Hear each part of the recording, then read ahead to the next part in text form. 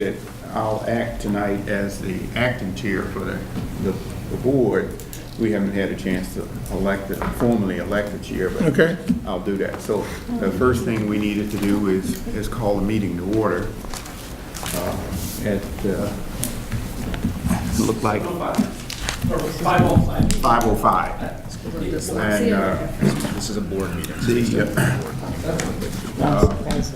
The purpose of the meeting here tonight was to, this is the first meeting to meet and greet each other and establish ground rules that we'll be going forward from this point.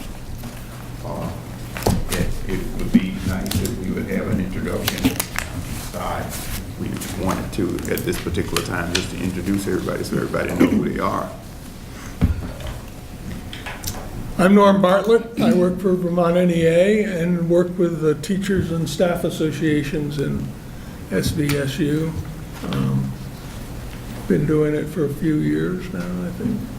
Some of you have been here as long as I have. Marion Stevens, Dunn Elementary School, and I'm also a secretary of the association. Lori Wright, I work here at the CDC, and I'm also the treasurer of the ESP. Tim Burgess, work at Mount Anthony Middle School. Lisa Dufresne, I work at the middle school, and I'm the president of the NEA. Elaine Moya, I work in Shaftesbury School. Dottie Marcoux, and I work at Molly Stark. Okay, and I mentioned I was Leon Johnson from Mount Anthony High School, Middle School. I'm Edward Turno. I'm here for the CDC board, representing the CDC board. Cindy Brown now representing Pownell. Holly Ban, representing Shaftesbury. I'm sorry. Holly Ban, Thanks. Shaftesbury. I'm Renee Gordon, SVSU Human Resources Manager. I'm John Klesch. I'm an attorney for the boards from Stitzel Page and Fletcher Law Office. I'm Ed McTurnan, the Director of HR for the We have one board member that's not here for Pownell. I mean BSD. BSD. Jackie Prue. Jackie Prue. So we expect that she be a member to participate in this. What was the one for Pownell that's missing? No, No, I mean it's BSD. I'm sorry, I mentioned BSD. Jackie Prue. Jackie Prue. Jackie, okay. Yep. Okay. So I can chime in real quick. So we received a proposed set of ground rules from Norm recently, either early today or late yesterday. And the committee has not yet had a chance to thoroughly take a look through those. Okay. What I'm going to suggest is that the board make a motion to go into executive session to briefly caucus to discuss those. Okay. I think it won't take us very long to get through those and come back and hopefully have the opportunity to provide you with possibly even a proposed markup of the ground rules that you Yeah, sent if you us. want any, I think they're pretty straightforward and pretty simple, but if you have any questions, they're a wild guess at what might work. So they're not, you won't cry if you don't accept them as they are, but. So for us, Okay. for our team to caucus, there's got to be Sure. an executive session motion, so I think the board's going to do that now. All right. I'll ask that I have a motion for So moved. executive session to review ground rules that were supplied to this board. And the reason we're going into executive session is to make sure that we don't put the bill at a disadvantage by openly discussing the ground rules and other things beforehand. So we'll do that. If all in favor? Aye. Aye. Opposed? Extensions? Because we don't vote. Okay. Other copies that we can... We'll caucus in the... Yes. At this time, I'd like to entertain a motion that we come out of executive session and go into public session, as no formal action was taken in executive session, so I can entertain a motion. So moved. Second. And we have a motion, and it's been second. All in favor of the coming out of executive session and moving into open session, say aye. Aye. Opposed? Any? Extensions? None. So at this time, what we tried to do is pass out a copy of the ground rules, and one of your members are out making additional copies, so Okay. we'll just be waiting for those copies to come back, and then we'll turn it over for review with the attorney. Okay. While we're waiting for that, I can just comment that what we've got, the document that we're giving you is where you'll see that there's a print that doesn't have any modifications to it. You know, it's not crossed out and it's not underlined. That's from your document. And then what's underlined is additions on our part, proposed additions on our part, and what's crossed out is proposed deletions on our part. And once you've got the copies in your hand, if you want to take a few minutes, but I'm prepared to walk you through why we've introduced what we've introduced, or you can just look at it and maybe flag the ones that you want to talk about, and be more efficient. I'll leave that up to you. Yeah, I've got one. Why don't you just maybe take a couple minutes and just go through these, and then we'll caucus. Okay. That's, so it's been, Ed's back, so Ed's back, and I think everybody's have copies. It's been recommended that we just formally start to go through the ground rules in terms of what was submitted and the counter ground rule information, and we'll have the attorney start that. Okay, so again, where you see the document not having any markup, that's the original document that came from the association to us.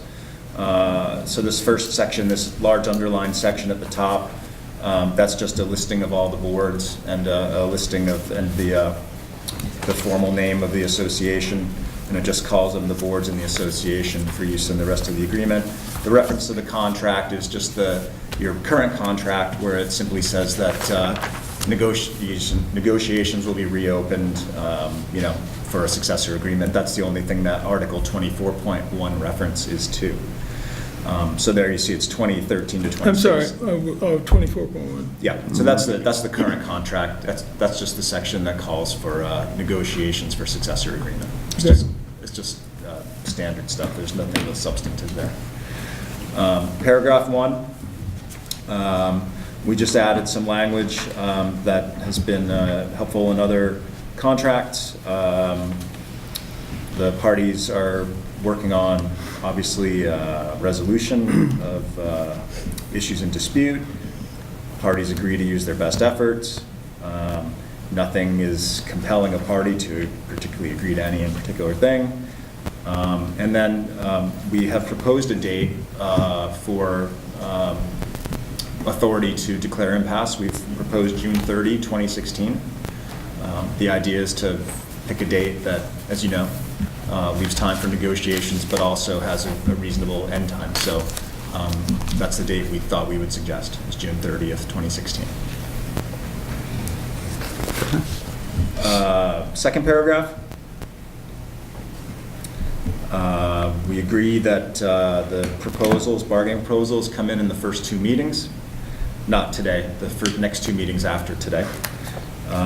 We've just added some sort of mechanics to it, that the proposals will be presented in contract language with sort of like the document here, underlines for additions and cross out for deletions from the present contract language. And that after the second meeting following today's meeting, no new issues are introduced without consent of the other party. So you're suggesting the third meeting, if we count today as one, right? This However meeting you is wanna not, count. well, if you're counting this meeting as one, then it would be the third meeting if you had 2 additional Well, meetings. just so we're clear. Yeah. Two meetings having exchange of substantive negotiation issues. That does not count tonight. Right. Paragraph 3, most of that is what came from the association. We have proposed crossing out that the meetings shall be held in closed or executive session. And then we also propose putting in the ground rules agreement some dates. We would like to before we leave tonight, we would like to see if we can have the next 2 meeting dates agreed with you, and we've got some dates to propose for that purpose, dates and times. Why don't we do that at the end? Keep going? Yep, Okay. good.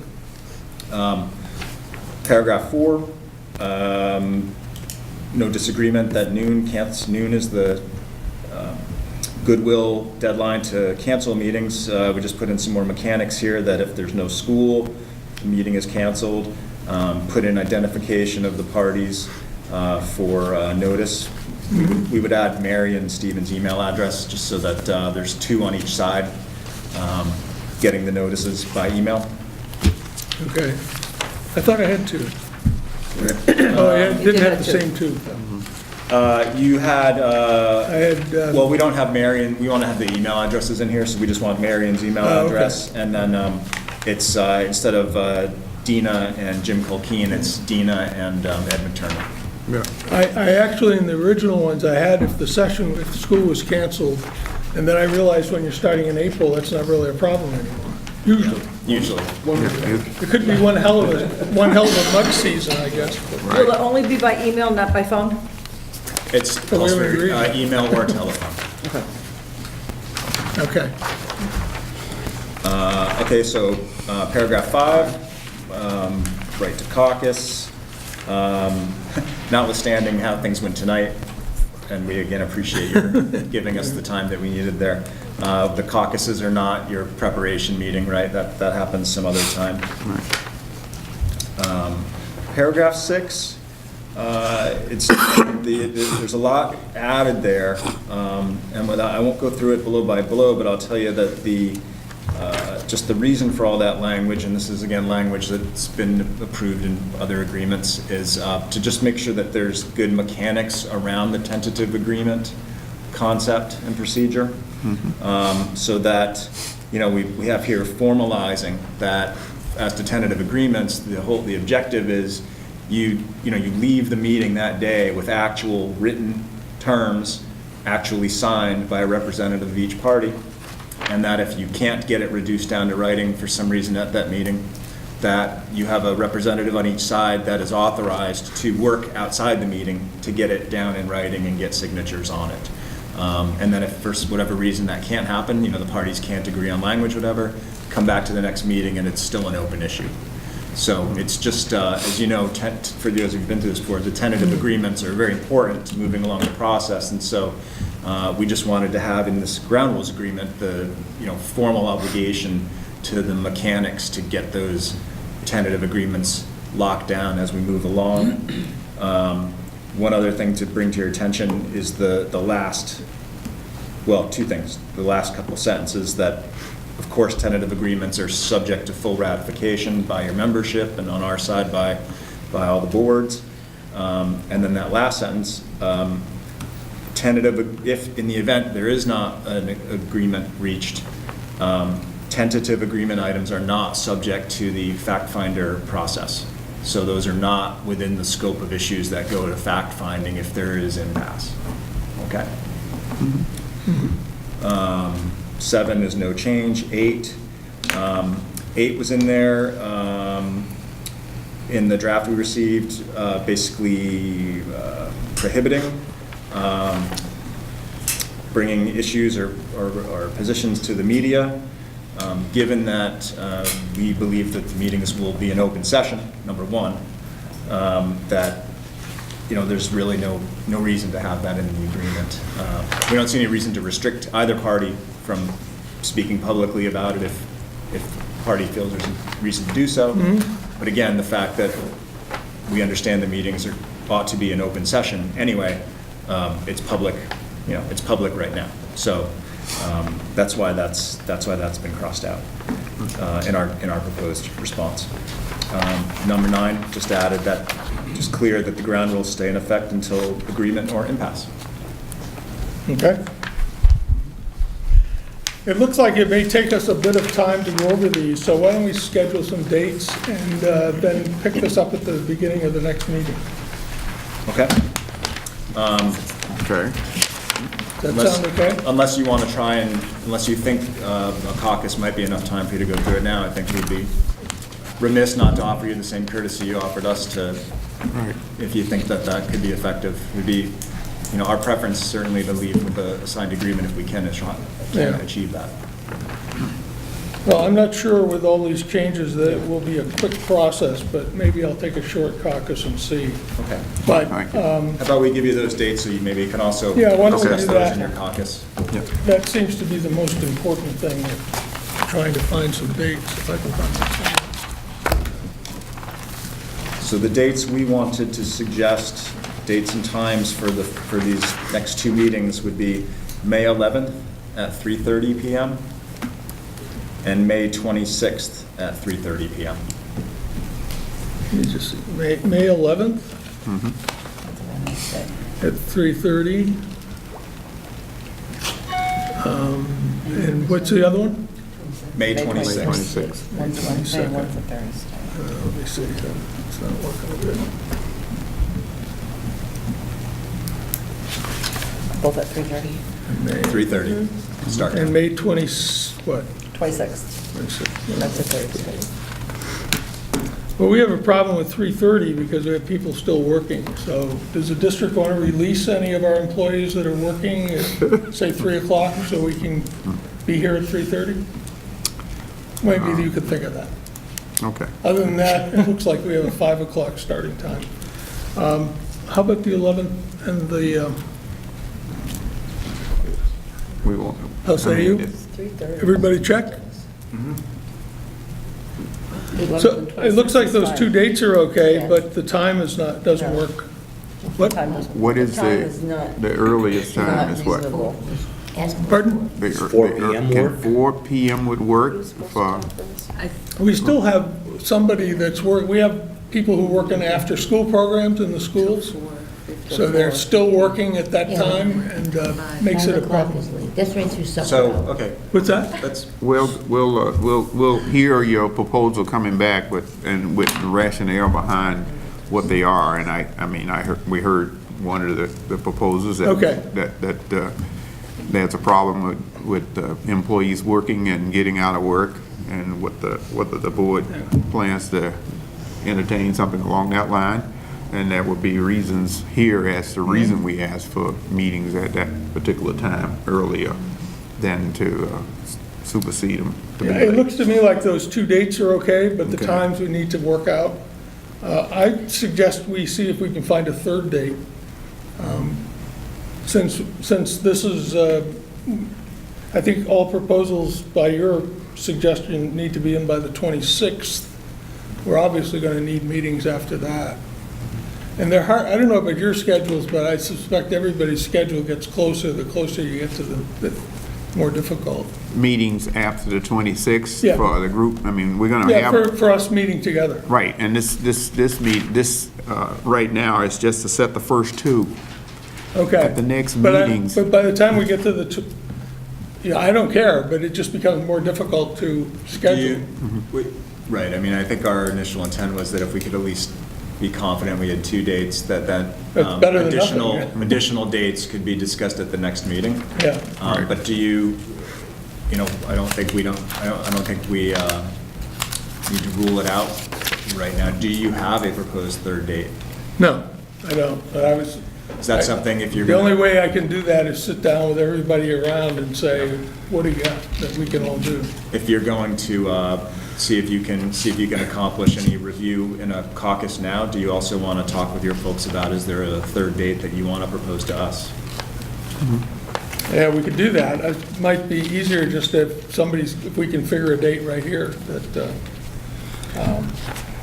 If Thursday is working, then let's tentatively put down the 2nd and 9th of June. You mean That's the 13th? Oh, that's a what's, Monday. talking. Thursday is the 12th and 19th. were you ready to go into June is what you were Yeah. saying? We were, that's what I just, Because we're at the Pick a couple 26th weeks of May, later and- so just continue on Thursday for I 2 more can't do weeks, that. and you've got 4 tentative dates. one school, I can't do the 2nd, but I can do, if you want to stay on Thursdays, it looks like the 9th, 16th, and 23rd are okay, but somewhere around there, you're going to have the end of school. It's just- right, the school's on the 17th of graduation. We're not going. Graduation is the 17th, but that's just the high school. the Yeah. middle school, some of you go longer. Yeah. Right. How about the 16th of June? Do we have that available? The So, last day of school is the 13th. Right. Okay. What about June 9th? Norm, I heard you say Yeah, June 9th 2nd is is no okay. good for you. Yeah. June 9th is June 9th 's exactly, okay.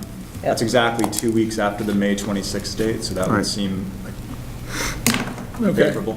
We'll check that, and we'll caucus for a few minutes and see if we can, June 9th. okay, okay? thank you. Is the room out there available? It can be open.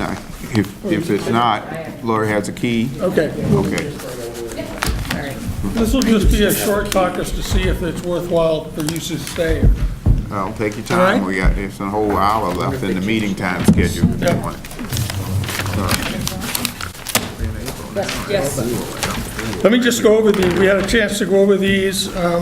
Okay. Let's see.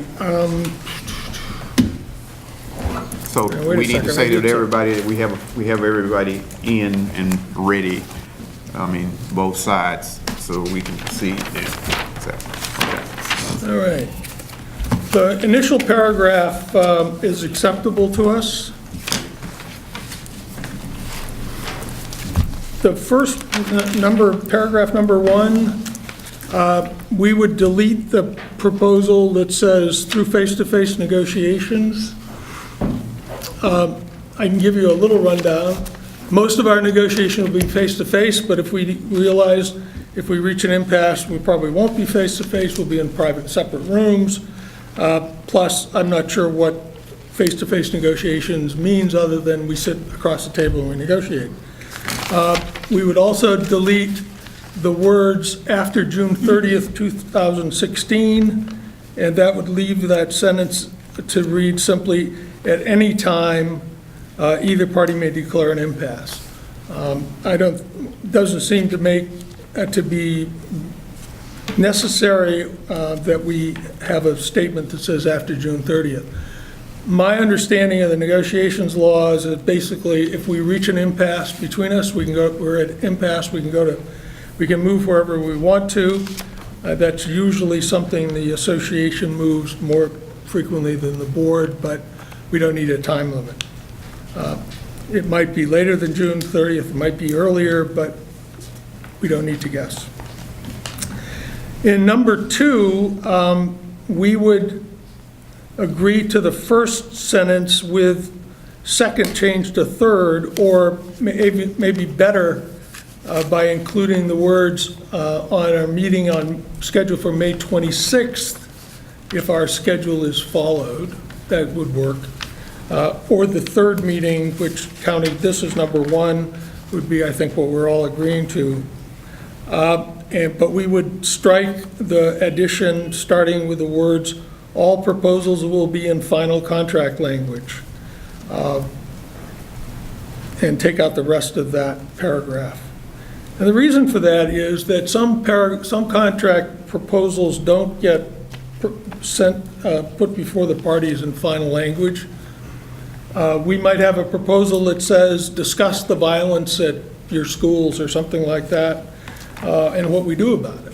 Because in some cases, we don't know the answer, but we hope that collectively we can do something.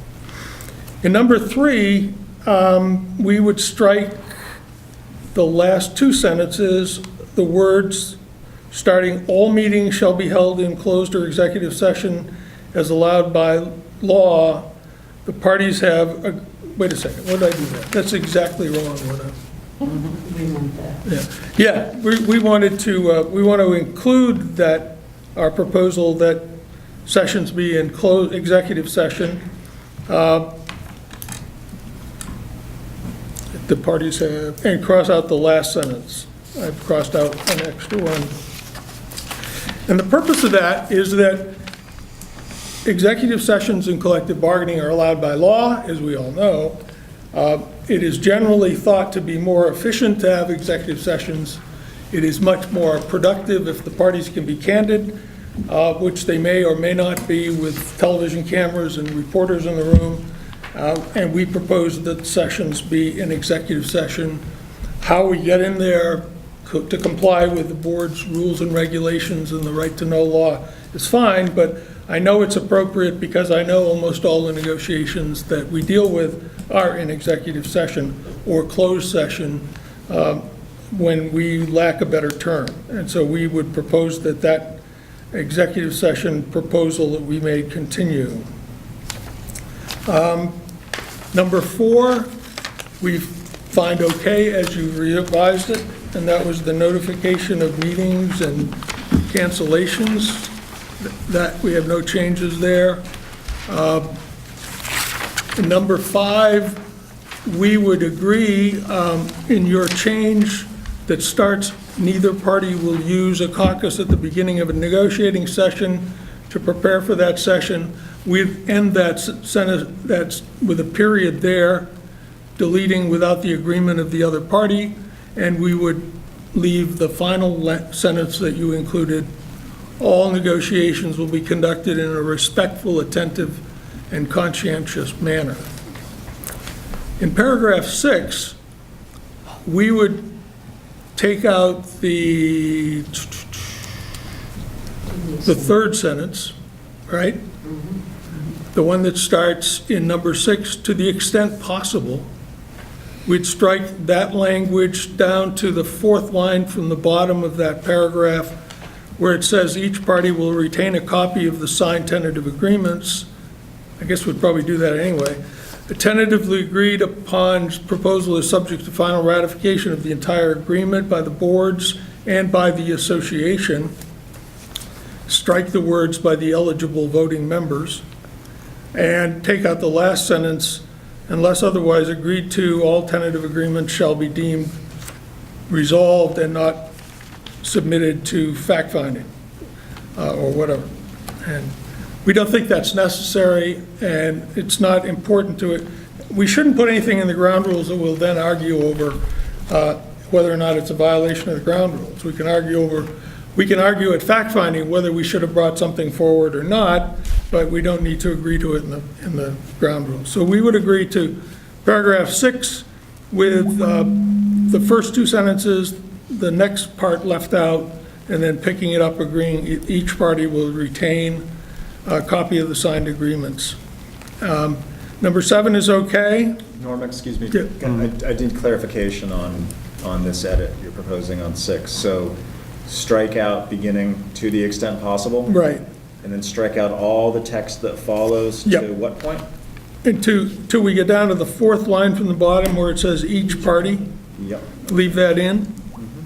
And then in the next sentence, it says would be ratified by the boards and by the eligible voting members of the association. We would strike by the eligible voting members and just have ratified by the association. Unless, and then take out, unless otherwise agreed to, these would be deemed resolved and not mentioned upon submission of a fact finding. Then number 7, that's okay. I think that's generally what we do. Number 8, our proposal to restrict unilateral press releases during negotiations. We have no objection to taking that out of the ground rules, which will simply allow people to do what they want to do in regard to press releases with the press. And then number 9, we agree to it as you've amended it.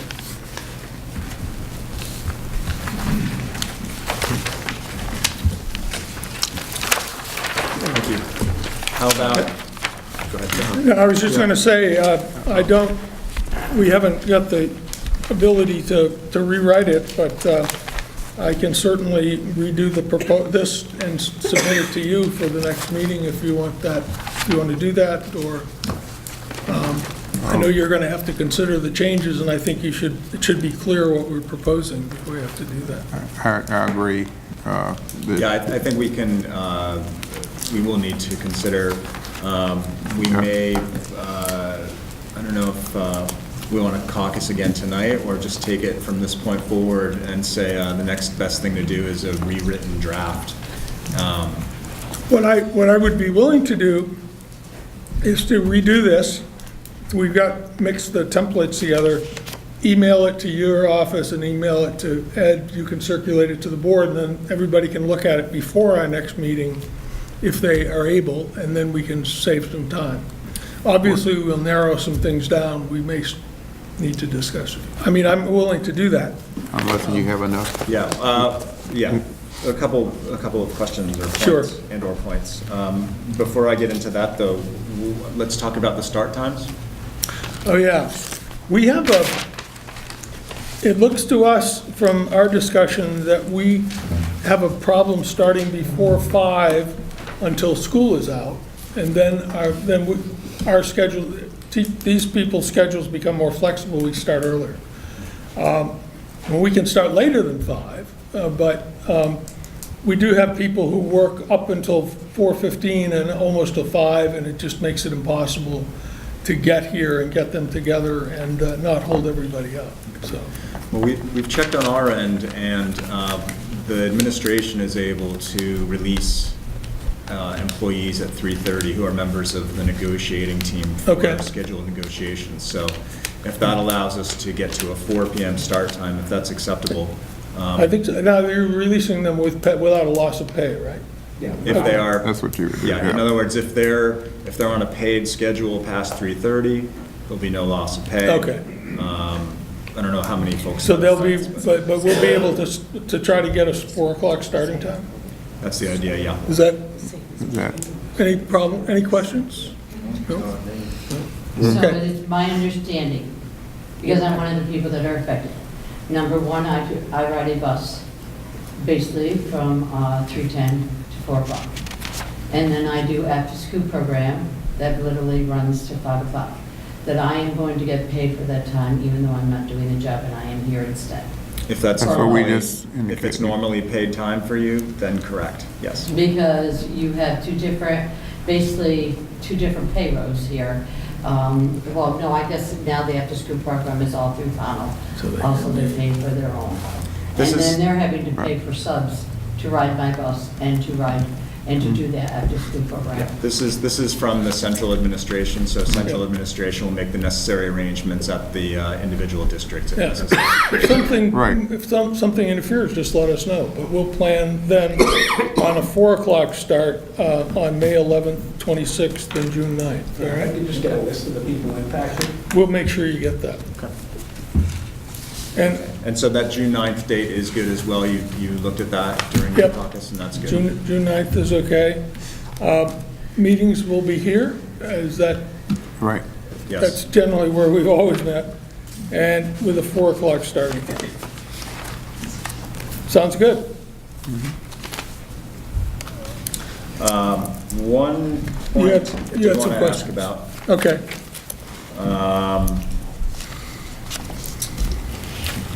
The, all proposals being in final contract language, it sounds like the scenario that you're identifying is sort of more of an exceptional case than the rule. I mean, most of what will go on here is the parties exchanging proposals to modify the existing contract. That's all we do. And the only way to do that with any certainty is to exchange contract language revisions instead of just bringing in broad concepts. So what I'm thinking is that, and this is me just speaking out loud, Yeah, but just testing this with you, is that, perhaps a hybrid version of paragraph 2, which allows for the possibility that proposals not subject to being represented in revised contract language can still be made, but proposals which would in fact be based in modifications of the contract then must come forward in contract language. I mean, the whole point of this is not to create extra work for anybody, it's to avoid misunderstandings and confusion. Well, I think that's probably our mutual responsibility, but our proposals will usually reference an article in a section, sometimes a new section if we're trying to add new language. In relatively infrequently, we might make more of a general proposal about something. But I think what our objection was is that we should have that flexibility. And the other was that I guess as I read it, sometimes contract proposals or counter proposals are going to be in very conceptual language at first, and if there's, my theory has always been if you can't agree on the concept, there's no sense discussing the language. But if you say, we agree to do this, then we write it and then we see if we can figure out what the right language is. But it's not intended to make things go slowly, and it's certainly incumbent on both of us to try to make clear proposals. And we'll do that. But I just don't want the ground rules to get in the way of one of us saying you can't do that because it violates the ground rules. I'd rather have people say, we don't agree to that because we don't know exactly where you're going. Thank you for the explanation. We'll Yeah. take that Well, into consideration. And we may have a little different sense. My sense of the ground rules is just to help us do the procedural things, like when are we going to meet, how are we going to meet, how long will we meet, and leave the rest of it really up to the negotiations. And that's mainly the reason for our revisions to your counter proposals. But I'll rewrite them and send them out to both of you, so you have them well in advance of. I do have a couple other quick questions. Sure. If that's okay. So the last sentence of paragraph 2, you wanted to delete? Let me see. I mean, that's really just belt and suspenders to what is stated in the first sentence, that, all of Yeah, the proposals have to be in the first 2 meetings. Yeah, I crossed that out basically because we're agreeing that all the proposals, all our original proposals should be in by the end of the 3rd meeting, or more specifically by the second May meeting. And so that's an agreement between us. And I didn't want the ground rules to get in the way of saying whether or not there has to be an agreement to submit a new issue. I think the discussion becomes what is a new issue? And that's a matter of, I think, the negotiations that goes on. If you bring in an issue and we say, that's too late, sometimes that might be helpful, but oftentimes that just simply brings out an argument. So I don't think the ground rule helps us along that much, except initially by saying, look, we can't get this done unless we put all those original things on the table at some particular time so we know where we're going. And that's been kind of traditional, either at the second meeting or the 3rd meeting, I think, for years, in not just this negotiations, but most negotiations. And I think that's enough to say without getting more specific. Another concern is the proposal to restore to paragraph 3 the language calling for the meetings to be in executive session. Right, okay. It's our opinion that, based on recent case law, that negotiation meetings between boards and unions is not expressly authorized by the open meeting law. They change the law? I mean, I'm not being cute. I know when I've looked at the law recently, it makes that specific exception for collective bargaining, and obviously you don't have to caucus in open session. I don't think you have to bargain in open session either. You may prefer to. The collective bargaining provision as a gateway into executive session requires the affirmative finding that there's a substantial disadvantage. Premature public knowledge would lead to a substantial disadvantage to the public agency, public entity.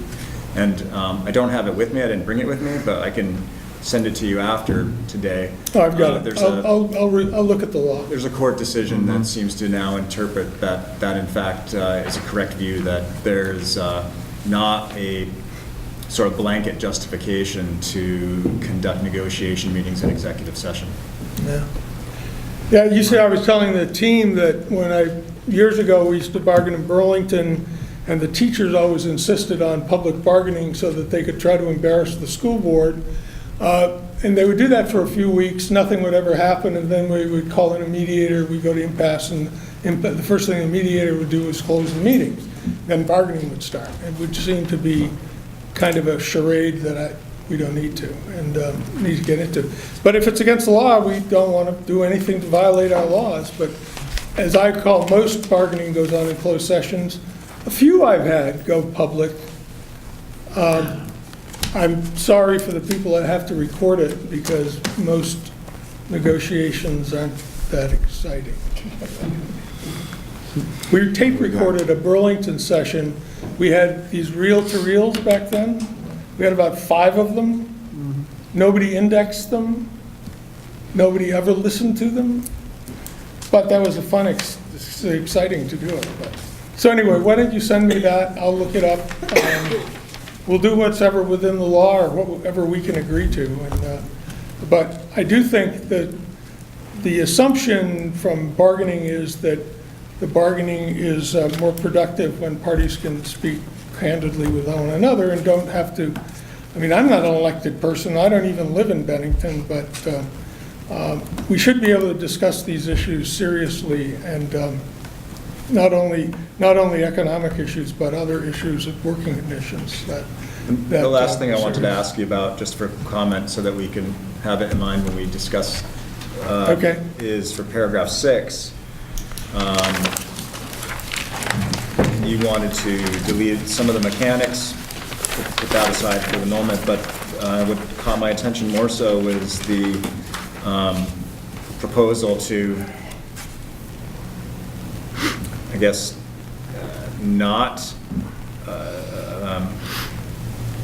the proposal, I guess, would allow for inclusion of tentative agreement items to be part of fact-finding? By suggesting to delete the last sentence that we proposed in 6, it sounds like you're saying that items that have been reached for tentative agreement should go to fact-finding, and that's not. It's generally usual. not, it's never been my practice to do that, but the problem is agreeing to ground rules that when I don't know what's ahead. And I'm not suggesting, by saying I don't agree to it doesn't mean for a moment that we're not going to do it. Like, number 6 talks a lot about the mechanics of signing tentative agreements. I generally don't think it's the best. Tentative agreements are written at a bargaining table under the pressure of a time limit. I think in some cases, the best thing to do is have one side or the other write it, bring it in writing to the next meeting where we can look at what we think we've said and then do it. I'm not against initialing or signing tentative, I'm not against any of those. It's just putting it in ground rules where it may not work quite that way, and then it starts to get in the way. So, and as I said, I'm not focusing on the wanting to maybe consider removing the mechanics language. I'm focusing more on what's really a pretty substantial substantive point, which is tentative agreements going to fact-finding. Right. That's extraordinary in our experience that... well, it would be, but I'm not saying we'll do it. I'm just not saying we'd agree not to. Because I don't know what's ahead. Okay. And the ground rule, I mean, basically the ground rule just says this is how we're going to operate. I don't think I've ever brought an agreed upon item to fact finding. It would be a waste of my time and I'd get laughed at. But it's just the idea of making an agreement before, when you really don't need that. That's the intent. We do agree to bargain in good faith and do everything we can to get a quick agreement, to be respectful and so on with the school board's team. All I'm doing is suggesting I don't want to agree to something in ground rules that then become a separate issue. That's all. So let's check where we are.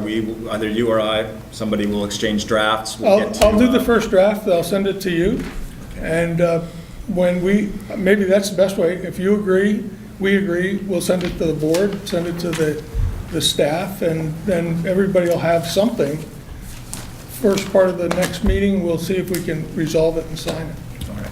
But we do for sure have agreement now as to our meeting our next 3 meeting times and dates. And just to reiterate, it's May 11th, May 26th, and June 9th, beginning at 4 p.m. here. Yes. Yes. And though we don't have assigned ground rules, conceptually we're in agreement that the meeting times should be 2 hours.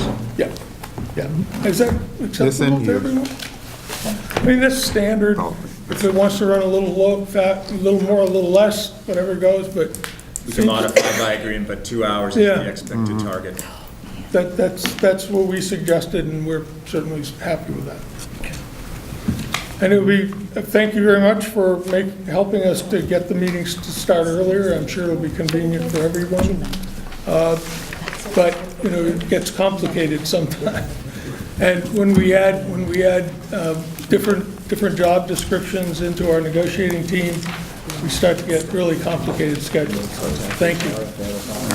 Yeah, so if any of your folks find they have a problem because their principal or whoever's saying, what are you talking about, then contact HR, and HR will step in. We'll do that. We'll make sure you get a list of, And I'll talk to the principals, and then we shouldn't have a problem. But if they do raise a red flag, just let me know and I'll step back in. Is that going to cover the Mosaic programs that are grant funded? It should cover, it should cover all the programs. At the school and all Just that. want to make sure. Everything that's, thank you very So much. you can close the public, the okay. board's meeting. Again, I just want to thank everyone for being here tonight and the efforts that we got done so far.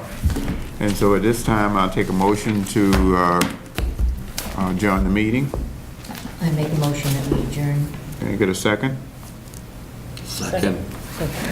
All in favor of any abstentions, opposed? Okay, the meeting is now adjourned. Thank you. Thank you very much. I wanted to stay and have more fun. You wanted to stay there?